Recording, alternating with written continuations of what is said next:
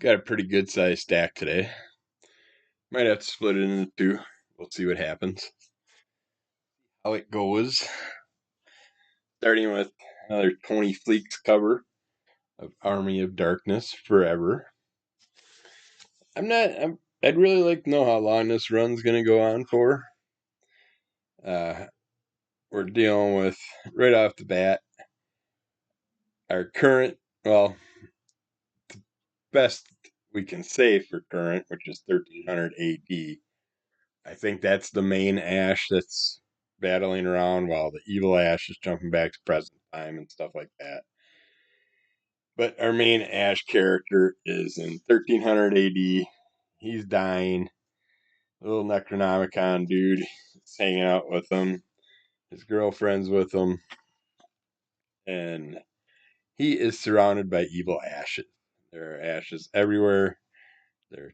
We also got the wizard and the red. What's his name? The king of the Red Army. He's in this battle. We see some fun things that happen with our little Necronomicon character. How he tries to help Ash from dying from a gut wound. We got the mini Ashes in here and stuff battling away. All our characters are fighting as strong as they can, but they're also in a different time zone. So while this is going on, we got the one evil Ash, the one that's got the weird helmet, the battle warrior style one. He's jumped to 1993 to go to S-Mart, see what's going on, see what he can do to turn the tides. Well, at the same time, the wizard from Army of Darkness is doing what he can against Ash. He's on the bad guy's side also, and he's got control of the three Necronomicons from the 1300s, while Ash is carrying around the little Necronomicon, little mini dude, and there's two other ones that are floating around. Who knows where at this point, because they keep bouncing around between characters, but very well done. I just would love to know how far this series is going to go. It's almost like they're starting to milk it. And it's like, I don't want, hoping it doesn't go beyond like 24 issues. But we'll see. On it for a while. The only downfall is I don't know. I know I mentioned this last time too, but this Mahan is the artist in here, and or no, yeah, Pop Mahan is doing the artwork, and it just, I don't know. It's very cartoony Ash to me. I don't feel like that's what it was in the beginning. I felt like it was actually looked more like Ash and stuff, but I'm just, that's the only part that's been bugging me. It's I feel like the artwork went downhill for some reason. Either it is the same artist and they're just kind of slacking compared to what they started with, or it's a different artist. But I just feel like it's a little more cartoonish. Don't have that Ash detail to it and stuff. Doesn't feel like the Ash from Army of Darkness to me. Although the evil Ashes, those are drawn a little bit better. The skin face one, not so much, but the one with the skeleton helmet, he's he's not bad. The King of the Red Army, he was all right. The Wizard was drawn decent enough that he was recognizable from the show. It's just Ashes throwing me off in this storyline every time I see the artwork lately. Still love the story. We got Batman Dark Age, book 5. I think book 6 got bumped, and now it's resolicited in the September's catalog. But there are just some people who feel the pain of living more strongly. Nice little image on the back there. You got the all red cover, of course. And we got Batman finding out that Gotham is in a problem zone. Uh, he's dealing with Raj Ghul. There's a little fallback story to Batman's mother having a mental breakdown and having to go to Arkham for a bit, get her head straight because she's helped out so many people and seen so much terrible stuff throughout the world that she, just watching children die and stuff. She just finally had a little bit of a breakdown and needed a mental break from everything and just went there to get a little straightening up.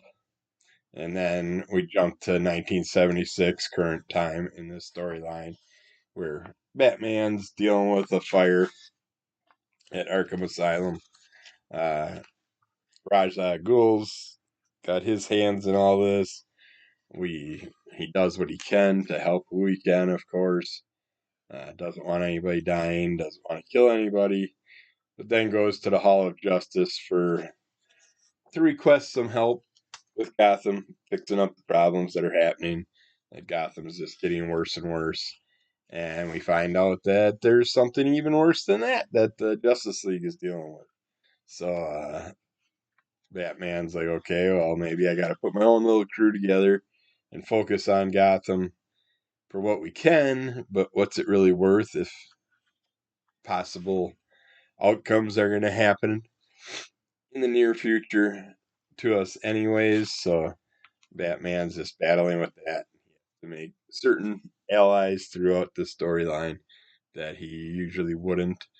But yeah, we're getting to see a lot of the Batman style characters, Justice League characters. So we kind of are getting a little teaser, I'm assuming, to the future runs that we will see from these issues. And we have Superman Space Age, then Batman Dark Age. Some people are thinking Wonder Woman's going to be next. I have a feeling that it's going to be an oddball character, like maybe Flash or Green Lantern. Uh, some of the things that are coming up in the future storylines, I just have a feeling. But yeah, could be Wonder Woman, could be one of the other characters of the Justice League, but we're getting to see more and more of them, and Batman's characters with the Penguin and the Riddler and all that. We're getting to see more and more of those fun characters and find out more about them and see the all red style of those characters, and just been really enjoyable. Very glad we jumped on those two runs.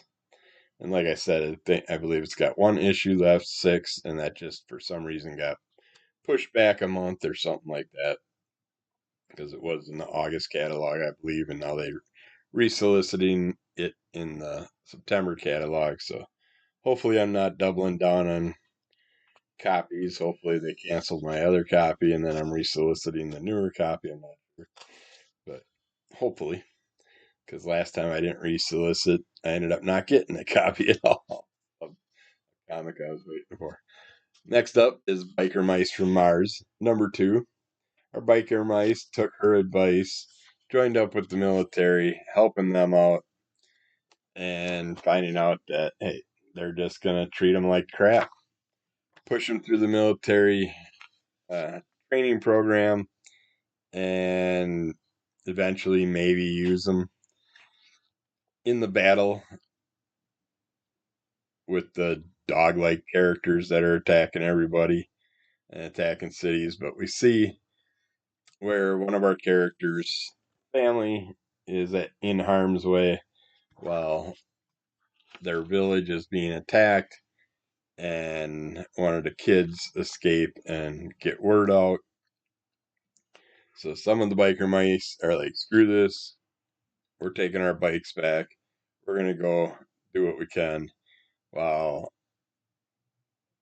one of our characters sticks with the military and on a patrol mission finds out that something's going on. So they battle with some characters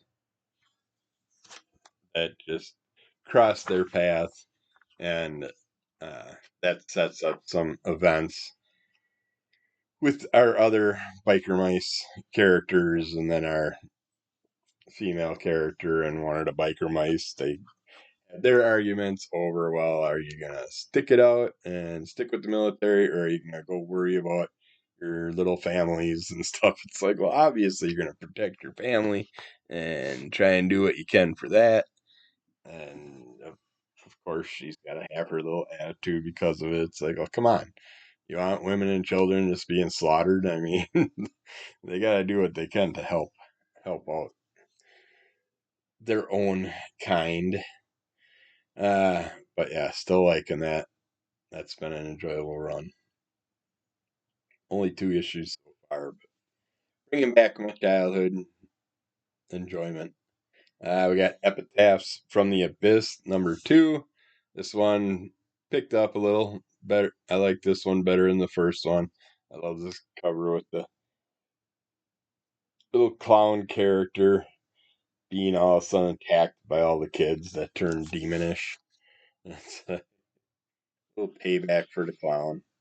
Our first story, Pattern Recognition by Matt Kint and Klaus Janson, is kind of a racist layout story. We also get some little party kids in there on the cover. Their gravekeeper that basically was bored and told the children he was going to feed them some treats, didn't have them. The kids went psycho and turned into demons and started eating people instead. Uh, but yeah, our first story is a interesting twist on racism and stuff. It's basically takes you back to the race wars and stuff where cities like in big uh, brain just went blank. The big one in California and stuff just felt like it was playing off that storyline, but had an interesting twist to everything. And I like how they pulled that, twisted it around to pull the outcome that. I don't want to ruin these stories 'cause they're short stories, but we got Gray Green Memories by Tyler Crook. This one, we kind of get a post-apocalyptical. I don't want to show that because it'd show the last page of the other storyline where we see this zombie-like, dead, shriveled up lady that's just staring at this baby food, this jar of baby food. Then we get flashbacks of what was actually happening before I guess it was like a plague that hit them. It wasn't any nuclear style Holocaust or anything like that. For some reason, with the plague, she's just sitting there staring at that cat baby food. And you get this backstory of why she was at this grocery store, what happened in the world prior to it, and then we see another mother and daughter come into the store to do some looting and pick some things up because times are settling down after the big plague issues, and some interesting things arise and some stuff happens, and you'll have to get your own copy to find out. And the last story is Sounds and Haptics.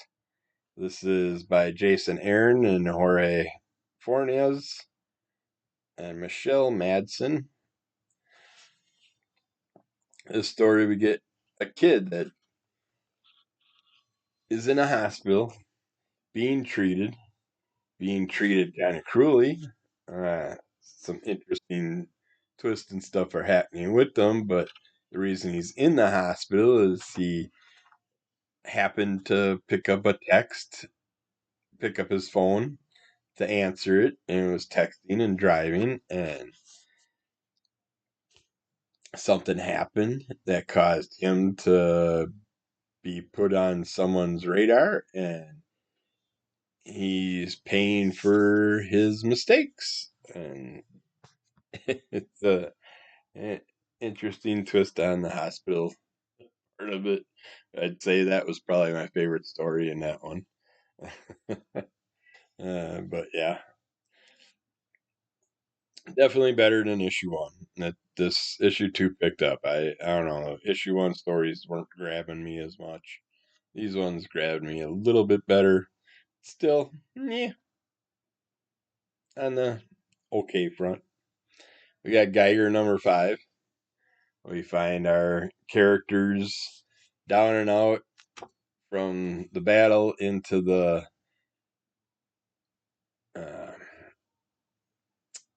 the Oregon people area, and we see our Geiger character, our knight character, laying on the ground, beaten down. We get our dog that is still in a cage, laying there, not really moving, don't know what's going on. Geiger carries characters going through some flashbacks. All this metal, uh, this character in this metal electrical device. He worked on power companies and stuff like that back before the war, and has all kinds of knowledge with electrical devices and stuff. Designed his own special suit and basically got these characters in his warehouse, dogs locked up, and he's just torturing them, trying to find out some information from them. And we get to see our characters try to escape, see what happens along the way. Um, there's some sad moments in this one, uh, but still a wonderful storyline. Still holding strong. We're starting to learn. At the end of this one, you get some more details about the rest of the unnamed world and the ghost machine world. It takes us deeper into some other characters, and we find out a little bit about who's behind some of the things that are going on. So this is a good key issue. Definitely should check that out if you're following these characters or runs at all. I wish we'd, and we got like 3 new series that are part of the unnamed now. Hyde Street, and 2 that I mentioned in the September previews this month. I can't think of their names at the moment. One's the Hornsby and Hollow with the devil and the angel characters being swapped with the other one's families. And then the other one's a family storyline, but I can't remember the name of it. Then we got Gunslinger number 34. Our Gunslinger character and our female character are pretty much being hunted and taken out by the cops. They're not holding back at all. They've seen some things that happened in the past, and they're just hunting them down, wanting to unmask them, wanting to find out more about the character, who this is, and at the same time, our female partner that's been helping him out, driving him around and stuff. She was able to escape in time on his horse. He sent her off back to his healer, and while that's going on, our gunslinger character is basically he has no powers anymore. So when he's getting shot up and stuff, he's going down, and they got him all tied up on a hospital bed, take him to the hospital, put him under a watch, and all that, and they're gonna just try and find out as much information as they can. I'd love to show you one full page picture in here, but it gives away too much of what's going on in the storyline. They definitely find out what they want to. Well, they don't find out everything they want to find out, but they get a little hint on what the heck's going on uh, once he's in the hospital being worked on. So definitely picking up again, but I did drop. I think this might be my last issue. I thought the last issue was my last issue that I had ordered, but I'm pretty sure this is probably the last one. Uh, I'd like to find out the rest of the story, and I will down the road. But for now, just too many. I have too many ongoing runs and stuff. And I'm trying to drop a few to try and get my monthly order down again. Like one shots and stuff. We got Hello Darkness with our Jenny Friesen cover. A little witch burning cover going on there. This one also had some creepy clown stuff.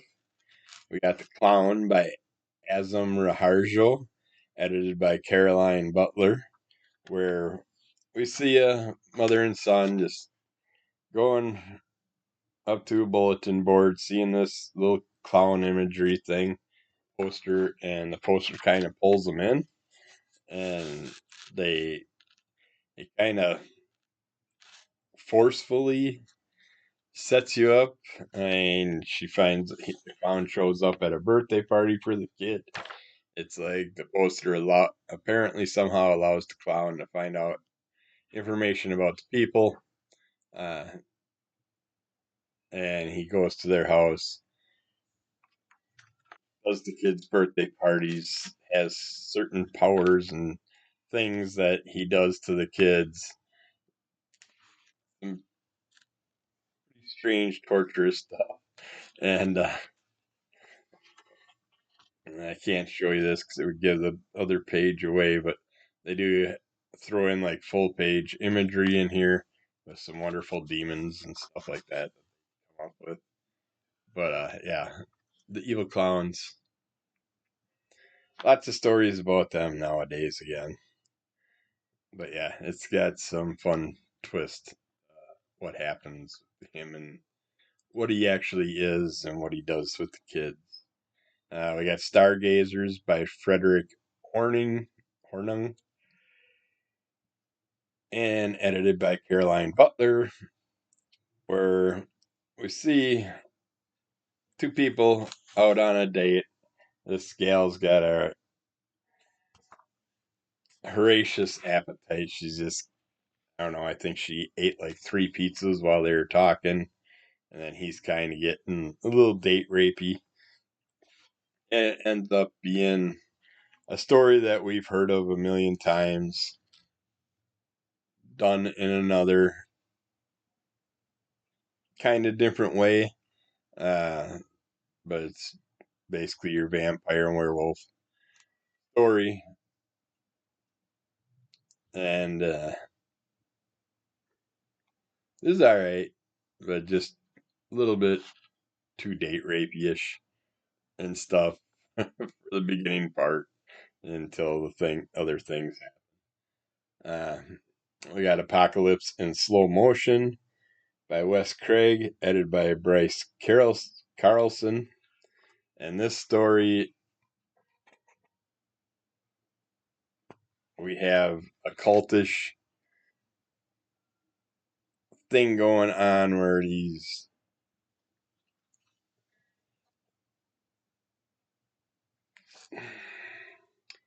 pagan, deer antler carrying type cult people are hunting down the rich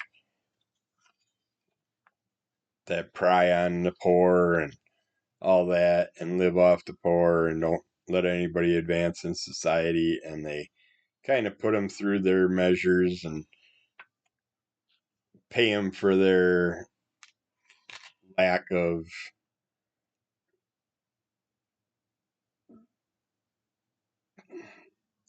their lack of empathy, lack of giving a shit about the little guy and just wanting to take advantage and build and build and make as much as they can and die with the most toys. He who dies with the most toys wins. Um, there's a nice little they'd like to throw by hack, they do a little single page in here. I don't want to show it away either because it would give out the end of the last story and it would give away these two little images, stories, little cartoons, kind of like a Sunday Comics feel, kind of like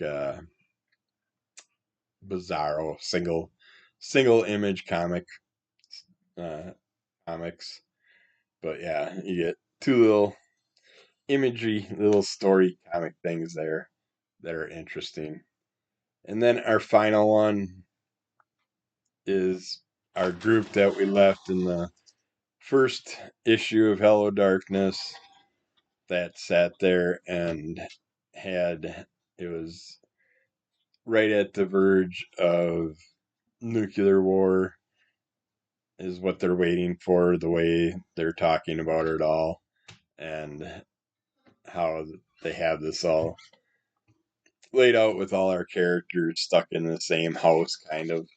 And they're in this one, some people go off and try and do their own things. By Garth Ennis, Becky Cloonan.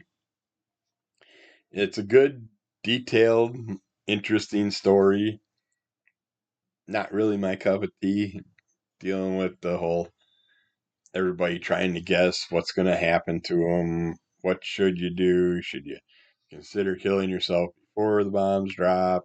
Should you wait for the bombs to drop to see where you're sitting in the environment? If it's going to affect you now, if it's going to peel your skin off instantly or give you some type of radiation disease or something for your future or what. But yeah, we also have a pregnant lady in this, of course. There's always someone that's pregnant or gets pregnant right at when the world's ending. And you just see the conflicts and the camaraderie between all the different characters. And it's an ongoing story. I'm assuming it's going to go through all issues of Hello Darkness. I thought it would just be in two, but since it's going in issue through three, I figured they're probably going to run it all the way through that whole run. But definitely enjoyable. I those short stories got a lot more newer style storylines to them and nice little pops that don't remind you too much of stuff of the past. Yet a lot of them based on similar stories that we've had. 'Cause you can only do so many types. So yeah, when you're making, what is it, 4 or 5 issues, three stories per issue plus little mini stories or pictures. Like that's, yeah, it's a good variety of stories you gotta come up with. So you gotta play your twist on some of the old ones. We got Mangoat and the Bunnyman. You are the Pigman. Number 3, or number 2 of 3. Sorry. This one, our pig character has the goat and the bunny pinned down, and the other hunters happen to show up again and help out our pig and goat character, but yet still want to kill the pig and goat character because they know the goat's a key to what's going to happen with the demon, the head demon that's part of all this. Um, he finds a way to work with their little blue bat character that they picked up from the bat mother that was killed in the last issue. And we find out that the demon can somehow, since the bat character is also kind of demonish, he can put something in that character's mind to make him think he's getting them where they need to go, but yet it's gonna end up being a trap anyways. But yeah, this one's still strong. Big, a lot of battle sequences and stuff in this issue. Lots of action all the way through it. That's a good thing since it's only a 3 issue run. So it got us pushed pretty far where our characters end up in the Hell Realm and all that stuff halfway through this issue. And it's going to take us to probably some big battle. In the end of the next issue, there's kind of some twist with our other hunters that I'm kind of curious about. Because it wasn't shown, so I'm not definite if it's them that are part of it or not. but I wish they would have gave us at least a 2-panel little teaser to show us what could have happened. I mean, it was verbally put out there, but physically, the imagery, it's not enough to really make you feel like for sure that certain things happen that they say happen. Then I think I'm gonna split this into 2 videos. I got five comics left, so I might as well do a second video with those. Come back for those. Check out what we also have in the stack. There's still some wonderful comics in here, as always. So keep falling under the call of MS. Rate, review, subscribe, tell a friend, give us those likes, and we'll be back with more soon. Check out Crimson Call Comic Club. I did say under the call of MS, right? It's Monday. All right.